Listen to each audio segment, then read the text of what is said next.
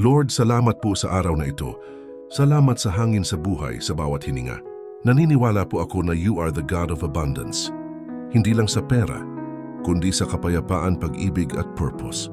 Patawarin, Enna. Yo po ako kung minsan masyado akong busy, mag-ipon ng kayamanan sa lupa.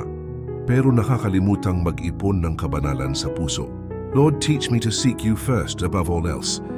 I-open mo po ang langit, hindi lang para sa blessing, kundi para sa direction, wisdom, at deeper relationship with you.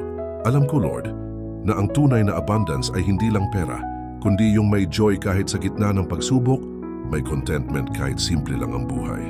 Bigyan mo po ako ng pusong mapagbigay, hindi makasarili. Yung marunong tumulong, hindi lang mag-ipon.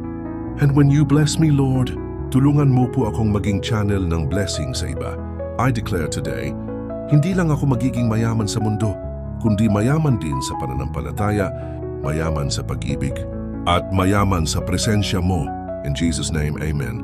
The blessing of the Lord brings wealth, and he adds no sorrow with it. Proverbs 10:22.